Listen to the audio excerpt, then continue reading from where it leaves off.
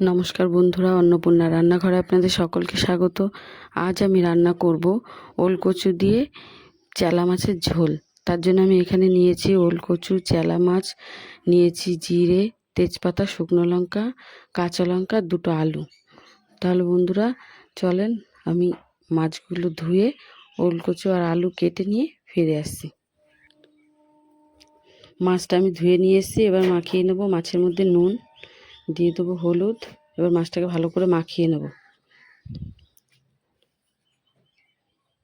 মাছটা আমার মাখানো হয়ে গেছে।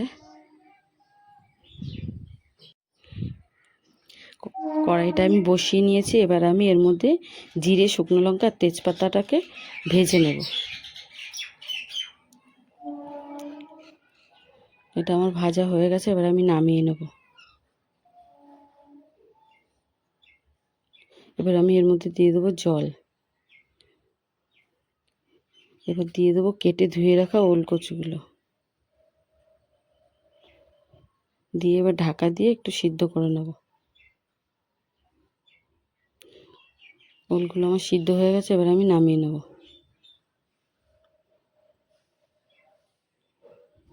ওলগুলো আমি বেশি সিদ্ধ করিনি, তাহলে গলে যাবে রান্নার সময়, তাই।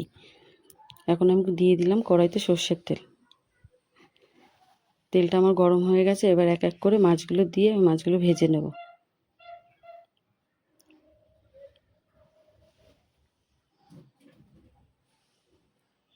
মাছগুলো এবার আমি উল্টে দিলাম।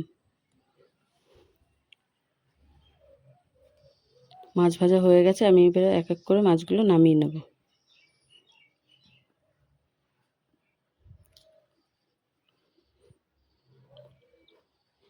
মাছের মাথাটার লেজটাকে আমি ভেজে নিয়েছি।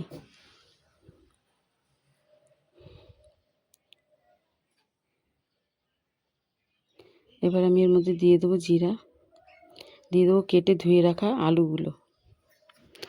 আলুগুলো এবার আমি ভেজে নেব।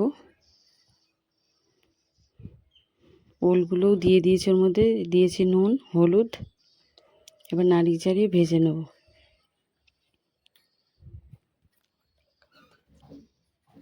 এবার এর মধ্যে দিয়ে দেবো আমি বেটে রাখা কাঁচা লঙ্কা, দিয়ে দেবো জল।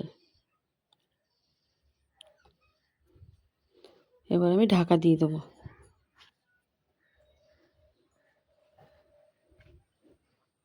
এবার আমি ঢাকনাটা তুলে দেখে নেব। ঝোলটা আমার ভালোভাবে ফুটে গেছে। এবার আমি এর মধ্যে দিয়ে দেবো ভেজে রাখা মাছগুলো।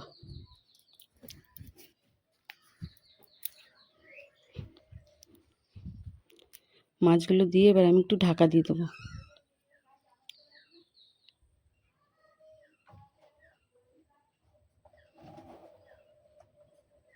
এবার আমি ঢাকনাটা তুলে দেখে নেব। মাছের ঝোলটা আমার হয়ে গেছে। এবারে আমি এর মধ্যে দিয়ে দেবো ভেজে রাখা গুঁড়ো মশলা।